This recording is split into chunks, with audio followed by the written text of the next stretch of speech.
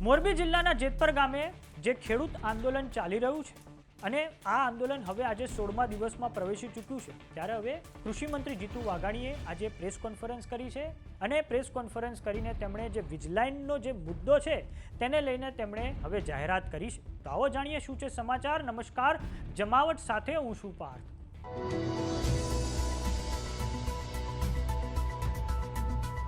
મોરબી જિલ્લાનું જેતપર ગામ હોય કે સુરેન્દ્રનગર જિલ્લાનું કોણ ગામ હોય કે પછી ભરૂચ હોય, આ બધી જગ્યાઓએ જે ખેડૂતો છે તે વીજલાઇનની કામગીરીનો વિરોધ કરી રહ્યા હતા। ખેડૂતોની મુખ્ય માંગણી એ હતી કે વીજલાઇનની કામગીરીમાં તેમને જે વળતર મળી રહ્યું છે તે જંત્રીના ભાવે આપવામાં આવે છે। તો હવે આ તમામ સમસ્યાઓને લઈને આજે કૃષિમંત્રી જીતુ વાઘાણીએ એક પ્રેસ કોન્ફરન્સ કરી છે અને આ પ્રેસ કોન્ફરન્સમાં તેમના દ્વારા હવે જાહેરાત કરવામાં આવી છે કે ખેડૂતોને જમીનના પ્રવર્તમાન ભાવના બમણા ભાવે હવે વળતર ચૂકવવામાં આવશે। આ ઉપરાંત ખેડૂતોને જે વીજ લાઇન માટે જે થાંભલા નાખવામાં આવે છે તે 4 થાંભલાના 729 ચોરસ કિલોમીટર લેખે તેમને વળતર ચૂકવવામાં આવશે। આ ઉપરાંત આ અગાઉ વીજ લાઇનની જ્યારે કામગીરી કરવામાં આવતી હતી ત્યારે જમીન માલિકોને તબક્કાવાર વળતર ચૂકવવામાં આવતું હતું, પરંતુ હવે જમીન માલિકોને એક સાથે જ વળતર ચૂકવવામાં આવશે। આ ઉપરાંત જે સૌથી વધારે વિવાદાસ્પદ મુદ્દો રહ્યો હોય તો તે બજાર કિંમતનો હોય છે। બજાર કિંમત નક્કી કરવા માટે હવે એક MRC નામની એક કમિટી બનાવવામાં આવી છે, જેમાં કંપની હશે, ખેડૂતોના પ્રતિનિધિઓ છે અને સાથે જ કલેક્ટરને પણ સ્થાન આપવામાં આવ્યું છે। આ ઉપરાંત જે જમીન માલિકોને વીજલાઇનની કામગીરી માટે વળતર મળી ગયું છે, આ ઉપરાંત તેમના ત્યાં વીજલાઇનની કામગીરી ચાલુ છે તો તે માટે પણ હવે તેમને તફાવત જે છે તે ચૂકવવામાં આવશે। તો આવો સાંભળીએ કૃષિમંત્રી જીતુ વાઘાણીએ ખેડૂતોને લઈને શું જાહેરાત કરી છે। એના મનમાં પણ જે એક પ્રશ્ન હું કહું ત્યારે આવવાનો છે, બજાર કિંમત એટલે કઈ, એની પણ કારણ કે આ બધી જ બાબતો નક્કી કરતી વખતે આવા અનેક બાબતો અમારી સામે પણ અમારા મનમાં પણ ઉદ્ભવે। માની ઋષિભાઈએ, માની હર્ષભાઈએ ખૂબ ઊંડાણપૂર્વક એની ચર્ચાઓ કરી અને પછી જે પ્રકારે નક્કી કરવામાં આવ્યું છે એ પ્રમાણેની પારદર્શકતા કેવી રીતે હોઈ શકે, તો રાજ્ય સરકાર દ્વારા MRC જે માંગ હતી કે ભાઈ MRC મુજબ એની રચના થાય અને કિંમત એ પ્રકારે નક્કી થાય, તો એની પણ રચના કરવામાં આવશે। અને આ સમિતિમાં મહત્વનું નોંધવા જેવી બાબત છે, કદાચ આપ સૌના ધ્યાનમાં હશે, રાજ્યના ખેડૂતોના ધ્યાનમાં ન પણ હોઈ શકે, અસરગ્રસ્ત ખેડૂતોના પ્રતિનિધિ, કંપનીના પ્રતિનિધિ, ખેડૂતના ઓથોરાઇઝ માર્કેટ વેલ્યુઅર, કંપનીના ઓથોરાઇઝ માર્કેટ વેલ્યુઅર ને પણ આમાં સ્થાન આપવામાં આવશે, જેથી ખેડૂતોને પણ ક્યાંય વિસંગતતા લાગે, ક્યાંય એના મનમાં અન્યાયનો ભાવ ન આવે કે કોઈ એક વ્યક્તિએ નક્કી કરી લીધું, એ અને એના વેલ્યુઅર એ બંને આમાં સામેલ હશે। માર્કેટ રેટ નિર્ધારણ કરવાની સમિતિ જે છે એમાં કલેક્ટરશ્રી, જમીન માલિકીના પ્રતિનિધિ, ટ્રાન્સમિશન સર્વિસ પ્રોવાઈડરના પ્રતિનિધિ, મેં કહ્યું એમ આ બધા જ આમાં સામેલ રહેશે। બીજી તરફ વીજ લાઇનના રાઇટ ઓફ વે કોરિડોર માટે MRC દ્વારા નિર્ધારિત થયેલ બજાર કિંમત, પુનઃ કહું છું DLVC નહીં, MRC દ્વારા, એટલે ખેડૂતો, કંપની અને કલેક્ટર વચ્ચે જે નક્કી થશે એ પ્રમાણે ગ્રામ્ય વિસ્તારની બજાર કિંમતના 30%, નગરપાલિકા વિસ્તારની કિંમતના 45% અને મહાનગરપાલિકા વિસ્તારની બજાર કિંમત, વાસ્તવિક બજાર કિંમત, હું એક ઉદાહરણ પણ આપને આપવા માંગીશ, જેનાથી ઘણી બધી ક્લેરિટી આપવાનો પ્રયાસ સરકાર દ્વારા કરી રહ્યા છે। 60% મહાનગરપાલિકાના વિસ્તારમાં વળતર આપવામાં આવે છે। એ ખૂબ મહત્વનો, ઘણી બધી સંશય, શંકા, કુશંકાઓ એક ઉદ્ભવતી હતી, એનું પણ નિરાકરણ આદરણીય ભૂપેન્દ્રભાઈ પટેલે એ અમને બધાને આપ્યું છે। આમાં ઉદારતા દાખવીને ખેડૂતોને અગાઉ જૂના ભાવ પ્રમાણે જેણે વળતર મેળવી લીધું છે, પરંતુ વીજ લાઇનનું કામ એ હજી પ્રગતિમાં છે, એટલે કે ચાલુ છે, એ વીજ લાઇનોમાં તમામ ખેડૂતોને આ નીતિનો લાભ એ મળવા પાત્ર રહેશે। એક ઉદાહરણ તરીકે, આ માત્ર એક ઉદાહરણ છે, એ ઉદાહરણ કોઈ અલગ અલગ રીતે પોતાની રીતે સેટ ન કરે, એટલે પુનઃ એક વાત કરું છું રાજ્ય સરકારે ઉદાહરણ આપીને સમજાવવાનો પ્રયાસ કરે છે. દાખલા તરીકે મોરબીનું જેતપર ગામ, એના ડીએલવીસીના જે ભાવ છે એ ભાવ પ્રમાણે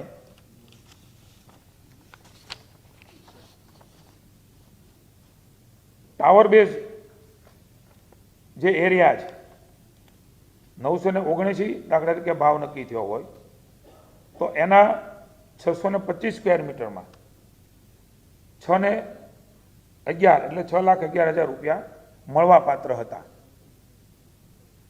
એ ટાવર બેઝ એરિયાને હવે ઉદાહરણ તરીકે 1 વીઘાના 30 લાખ, કોઈ વાર 10 લાખ હોય, અંદરનો જમીન હોય તો, રોડ ઉપરની હોય તો 40 હોય, 30 હોય, 25 હોય, એ જે એમઆરસી કમિટી નક્કી કરશે, બરોબર છે ભાઈ, એ પ્રમાણે એમને હવે જે વળતર મળશે 729, મેં અગાઉ વાત કરી એમ પાયાનું 1 મીટર વધારે. ગુજરાતમાં ખેતીની જમીનનો ભાવ વધારે છે, તમે બધા જાણીએ છીએ, એટલે ખેડૂતને એને સીધો લાભ મળવાનો છે. ભલે વેચાતી હશે કે નહીં વેચાતી હોય, કેટલીક જગ્યાએ એ ત્યાં ડેવલપમેન્ટ થવાનું હોય તો કદાચ એ પ્રકારનો ભાવ હોય, ન થવાનું હોય ત્યાં પણ ખેતીની જમીનની કિંમત એ લગભગ અન્ય રાજ્યની સરખામણીમાં લગભગ વધારે છે. આપણા રાજ્યમાં ખેતી પ્રત્યેનો ભાવ છે ત્યારે 6,11 મળતા હતા, એને 729 સ્ક્વેર મીટર પ્રમાણે 27 લાખ અને 2,000ની રકમ એ એમને ટાવર એરિયામાં મળશે. ROW કોરિડોર 100 મીટર લેન્થ અને 67 મીટર વિડ્થ, એમાં એને જે 25% લેખે રકમ મળતી હતી એ હું આપને ક્યાંય પણ ગેરસમજણ ન થાય એટલા માટે કહું છું. આ કોઠો પણ આપને આપીશું. 3.40 લાખ એ 25% લેખે ROWમાં મળતા હતા. એના બદલે હવે 12.74 લાખ એમને જે જેતપર ગામની ડીએલવીસી છે એમણે નક્કી કર્યા હતા. અગાઉ મેં કીધું એ જંત્રી પ્રમાણે હવે જે વાત કરું છું એ 22.74 લાખ 25% લેખે એમની એ રકમ જેતપર ગામની વાત છે. 12.74 એમને હવે મળશે. એ જૂના મળતા હતા, હવે જે રકમ એને મળશે એ 37.25 લાખ એટલે કે 30% લેખે. પુનઃ એકવાર હું ઉદાહરણ કહું છું, અને કોઈ જગ્યાએ મારી વાતમાં સેટ ન થાય આપણે આની કોપી પણ આપીશું. ક્યાંક કોઈ શબ્દ રચનામાં ભૂલ હોય તો ક્ષમા ગણશો.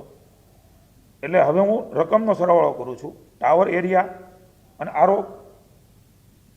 જે કોરિડોર છે ROW એ બંનેનો 6,11 અને 12.74 જે જેતપર ગામમાં ડીએલવીસી નક્કી થઈ છે એમાં 18.85 એ ખેડૂતને મળવા પાત્ર હતા.